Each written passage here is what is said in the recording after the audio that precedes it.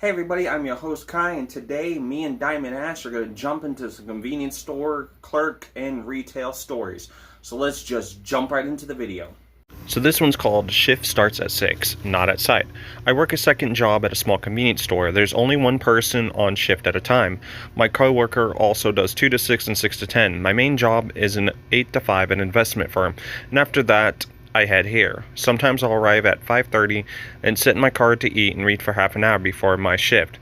That's when the trouble started. Coworker, later at 6 p.m. glaring. Must be nice to just sit out there while I'm drowning in here. I wasn't on the clock yet. My shift starts at 6. Well, you could come in early and help instead of doing nothing. Every time she sees me in the parking lot, she complains to the manager that I'm just sitting there. Then the texts start. Manager, over text. Why are you sitting in your car while coworker needs help? Because my shift starts at 6 p.m. and I'm not on the clock until 6. She says she's overwhelmed and this keeps happening. So just to confirm, will she also be able to be staying after her shift ends at 6 to help me until 6:30 unpaid? There's a long silence before the reply comes in. Manager, no. Then why am I expected to work 30 minutes for free before my shift starts? That ended the conversation. Funny enough, I haven't heard a word about sitting in my car since then. And the thing is the person shouldn't have to work for free. Because, in fact, not only that, should the person not have to work for free, that's illegal. Oh, exactly, Kai. I know exactly what you mean because, I've worked at plenty of convenience stores as well, like you and Tanya have. And the thing is yeah, a lot of coworkers expect you to stay or you to help them out, but then they won't do the same for you. And it's like, if you're not going to do the same for me, then why should I do it for you? And like you said, the whole staying or working, if you will, off the clock is illegal. It's against the laws in the United States, at least at the moment. But yeah, why is it always like that? Fine, narrator, but things were not fine. I was working at a second job at a small grocery and butcher shop a few nights a week to help pay for my kids' activities. I was hired specifically as a cashier. One night when I came in for my 6 p.m. shift, I was told there was a new system. Apparently the person who used to do the butcher shop's end of the day cleaning and sanitizing had quit. Instead of having someone new, the owners decided that the cashiers could do it just in between customers. The setup was this. The owner would sit in their office watching TV, of course, and when a customer came in, the doorbell would ring, they'd buzz the phone in the butcher area so a cashier could run out and check them out. Meanwhile, the cashier was expected to scrub down the butcher shop in the back between customers. Owner: so from now on, you'll clean the butcher area while you're on shift. When a customer comes in, I'll buzz you. No. I was hired to run the register and stock shelves, not clean up the butcher shop. Then you'll clean the butcher shop or you can consider yourself fired. And with that, they turned and walked away. Me. Fine. I grabbed my things, walked out, and went home. Done. Game over. What the owner apparently assumed was that my fine moment I'd given in and gone to clean. So for the next 2 hours, every time the doorbell rang, they buzzed the butcher area with no one there to answer. No one came to check customers out. By the time they figured it out, the store's liquor, cigarettes, and scratchers had been cleaned out by opportunistic customers. At 7:30 p.m., I get a screaming phone call from the owner. Where the hell are you? Do you know how much has been stolen? I'm calling the police. You're gonna get arrested for this. You fired me, remember? You literally told me to consider myself fired. That's exactly what I did. This is your fault. You abandoned your post. Sure enough, the owner called the police and tried to have me arrested as an accomplice to theft because I had left. The cops called me and asked me to come to the store, which I did. I explained the situation, told them to check the security cameras. They did, and there in crystal clear audio was the owner saying, then you'll clean the butcher shop or you can consider yourself fired. Case closed. The police told me I was free to leave, and I estimate they lost about $30,000 in inventory that night. Actions meet consequences. And it's totally true. That person was not hired to do that particular job. Plus, you can't punish them if they quit. After they quit, that's on you. You should have checked to make sure the employee was still there. The fact that they quit, they're no longer responsible for that job or the duties of that particular job. Wait, so this manager expected the person to be held responsible for theft that they weren't even involved in especially after the fact that they had quit. Yeah, Kai, that's what they expected. And not only that, like, to continue on that, they were no longer working there. And even if they were working there, they weren't the ones responsible for the theft. And you're the manager, so you should be, managing and make sure the person's there to do their intended task at hand, if you will. But it's all on the manager for not hiring enough people. Don't punish the people that you have because you're incompetent to hire enough people for your business. So this one's titled, "The Milk Has Expired and So Has Our Patience." I was working in a convenience store one late July 4th morning. The cosmic coincidence on display that day ensured I would remember it forever. I'm manning the register while my manager, let's call him Rick, is supervising from the candy aisle, which mostly involves him eating unpaid for beef jerky and pretending to rearrange gum. He always tries to schedule himself off every holiday. I've had plenty of managers that did that give themselves off every freaking holiday while everybody else has to work. So anyways, but the district manager noticed and forced him to work today. So he's acting extra lazy and petulant in protest. A customer comes in holding a gallon of milk. Customer: "Hi, I brought this literally 20 minutes ago and it smells like a foot left in the sun. Can I return it?" Rick doesn't even look up from his phone. "We don't do returns on perishables, company policy. It's expired. It says so. Look, June 28th. Still not our fault. Should have checked the date before buying. I assume you don't sell expired dairy." "And I assume people read labels, but here we are." I start sinking into the floor. I don't blame this person from, this convenience store clerk that's, wrote this story for sinking into the floor. This Rick guy is like the worst manager ever. It's like, you don't have to be a douchebag. Just trade out the milk. It doesn't cost you anything. It costs the company money because it's expired, but it doesn't cost you a damn thing. It doesn't come out of your paycheck. Just exchange the milk. Fine, can I at least toss this one and grab a new one? "Not unless you pay for the new one." She holds up the milk again. "You want me to pay twice because you didn't pull bad stock." "You want compensation, email corporate. I'm not authorized to care." That's when our district manager, who was doing a surprise July 4th visit, steps in from behind the energy drink fridge. He later said he suspected all the bad reviews we got online were due to Rick and had been planning to investigate. Yeah, I'm pretty sure it's like Rick as well of why they're getting bad reviews, because I don't get why he's making a big deal about the milk. Because as someone who works at a convenience store, we exchange the milk out plenty of times. We just put it in the back and our manager counts it off as waste. So I don't know why this Rick guy is making a big deal about the milk. Just exchange the milk. Actually, Rick, you are authorized to care. That's literally your job.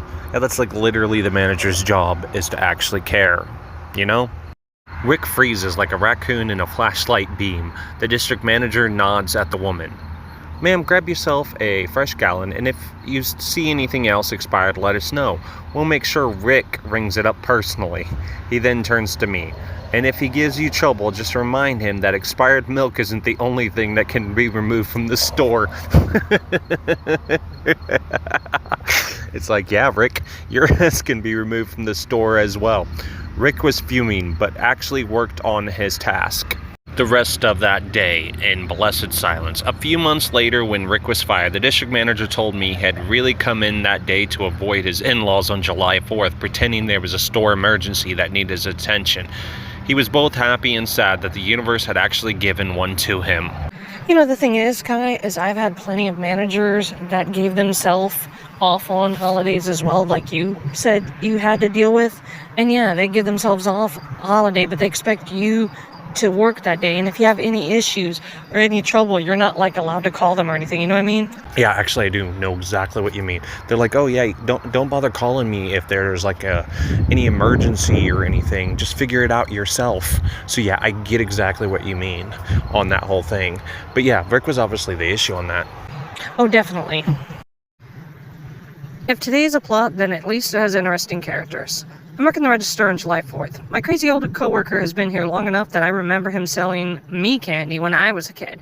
It's just the two of us stuck on a holiday shift while everyone else is probably out lighting things on fire in a park. A man buys a single hot dog, 3 firecrackers, and a Red Bull. Me. That guy this afternoon has a plot. That's not a plot. That's a Florida headline waiting to happen. Then the guy comes in and asks us if we sell sparklers. We say no. He buys 2 lighters, a can of WD-40, and a slushie. Coworker, you think I should call the fire department now or give him a 10-minute head start? You know, Ash, that sounds like some redneck ingenuity, like some, redneck MacGyver shit going on there. I'm pretty sure they probably should call the fire department, the EMT, and the cops. So this story is in Poland, right? And it's called Double Bill. I've been working in a corner store for a month now. It's my first real job. As earlier, I've been doing some commissions for friends and babysitting for family. So my coworker and I opened the store at 6 a.m. and immediately a lady storms in. I'm pretty sure that she's been waiting before we even come in, 15 minutes before opening to prepare the store. She points at me and yells, "You, do you remember me?" Me, I don't. I was buying cigarettes from you. Yesterday, I paid with a 200 pin bill. 200 Polish zloty is about 7 hours of minimum wage work. I'm afraid that doesn't narrow it down. We have lots of customers who do that. I actually gave you 2 bills by accident. They must have stuck together and I didn't notice. You robbed me and I want it back. At that point, my coworker took over. I had no idea how to even respond, and she said, "We can't just give you 200 pin. You'll have to come back in about 3 hours because then our boss will come in and she can review the security footage and solve the issue." She came back at 9 a.m., stood directly in front of the register and just stared at me angrily. My boss isn't even there yet. Customer, I'll wait.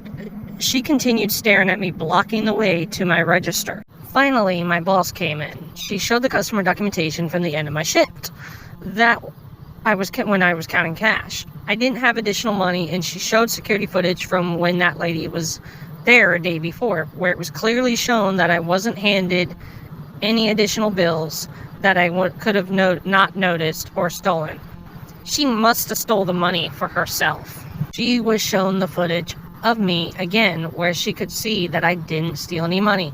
Customer yelling at me, "You should just admit that you've stolen it. I know the truth."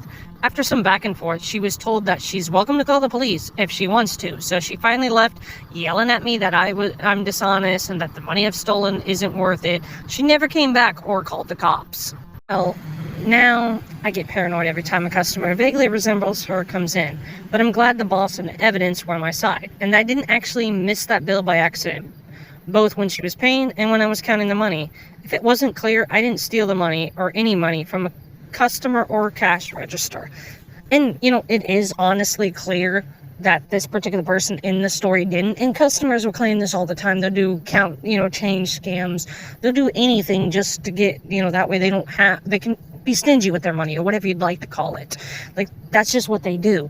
They won't admit the truth that they're the ones that made a mistake and that you didn't steal money. I mean, plenty of times I have been accused of taking the customer's money, and I haven't taken any of the customer's money ever. But people have tried to pull that with me, and I'm like, no, I didn't.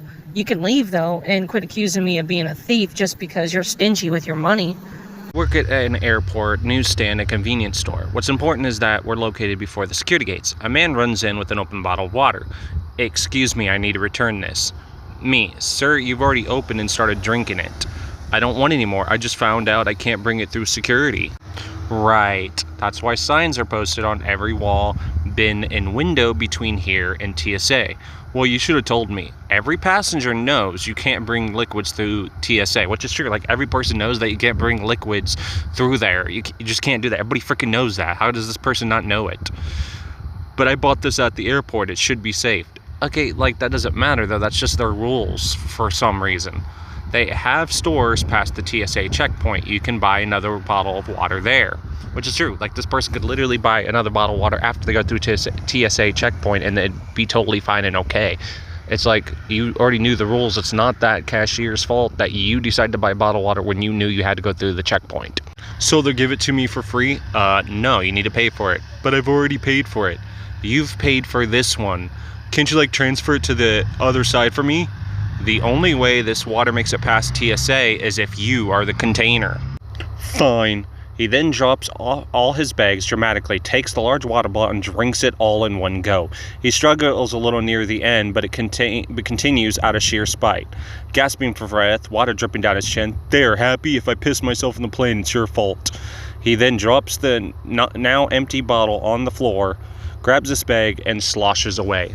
How is it their fault, this person's fault, that you did that? This person probably did piss themselves as soon as they got on the plane just to prove their point, and probably blame the person even though they weren't the one that bought the water bottle. They knew the rules of the airport. Everybody knows the rules of the airport. You can't bring drinks on or liquids or whatever that you bought before the checkpoint. Everybody knows that. Like, how does he pretend like, oh, I didn't know this? You knew this.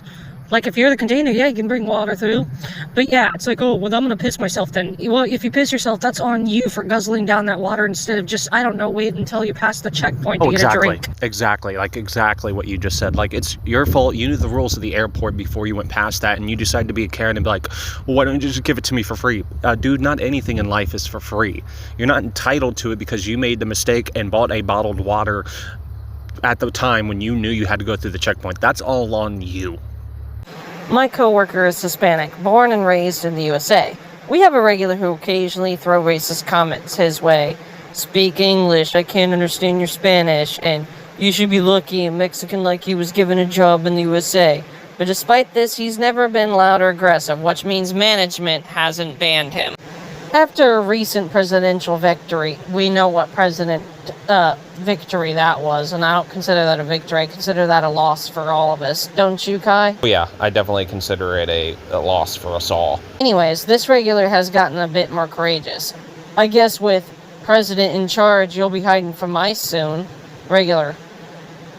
For the millionth time, I'm a U.S. citizen. Like hell, I was born in the hospital just a few blocks away. That doesn't matter. All I gotta do is call ICE and tell them you're one of them illegals and it's bye-bye for you. Well, luckily for me, we still have the Fifth Amendment. Huh. All you illegals think that's gonna protect you. That was written so long ago. The Founding Fathers would have never written it knowing there'd be this many illegals. They need to change it. Kind of like how we need to change the Second Amendment, since the Founding Fathers could never have known about semi-automatics and school shootings. You're lucky you're in a state where I'm not allowed to conceal carry without a permit. Coworker, massive smile. Wait, was that a threat of violence? Why are you so happy? Because I can finally get you banned, asshole. Oh my god, 3 years I've been listening to your shit, and now I can finally say I feel threatened by you. Now thank you, now please get the fuck out. Not only was the ban upheld, corporate agreed the wording could be considered a gun threat, but his details were also passed on to the police, who would have a little talk with him about the consequences of threatening people with gun violence. I'm glad for this person's sake that they were able to get this person off the premises. This person is dangerous. This person was going to make a false claim to get this person sent out of the country and whatnot and whatever. And ever since that orange piece of crap got elected into office, people that are like this, that are racist and pieces of crap, have just felt empowered to be the most vile, despicable human beings they can, because they can. They feel empowered by it. They're like, hey, yay, this 34-time convicted felon who's a racist piece of crap, whose family's racism dates all the way back to his own daddy. Now we can be pieces of crap just like him, Sorry for the political rant. But yeah, these people feel empowered to attack their next door neighbor just because of the color of their skin. It's complete BS. Oh, I don't mind the political rant that you just went through, Guy. I completely agree. And I mean, there's so many people calling on their, people next door neighbors and stuff just because they're different, and they're having them deported to, out of the country and whatnot. And all because this racist piece of crap got in office, that now people can just be outright racist. There's no reason for them to wear the white hoods anymore, because it's perfectly acceptable again to be racist, evil pieces of shit, thanks to the person that is now sitting in office. And there's just so many reasons I could list that this person's a piece of crap, And this person in this particular story, if you will, is like been going into this convenience store and causing a lot of trouble.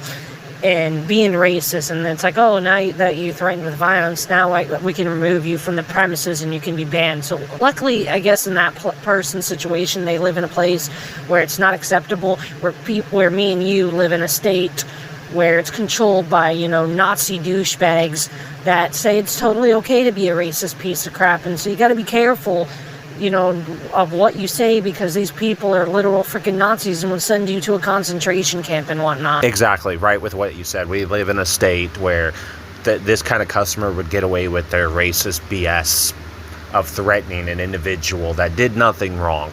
And the thing is to continue with the whole so-called illegal immigration thing, nobody's illegal on stolen land.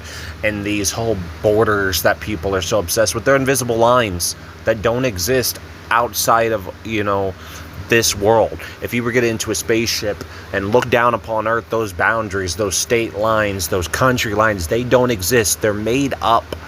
They're a a social structure that you've created. Their social ideology. They don't exist out of the thing. But it's just ridiculous the way things have gotten to where things are now leaning to the far right, and people like this particular customer feel emboldened to say the most hateful crap ever, where the person in that particular story didn't do anything wrong.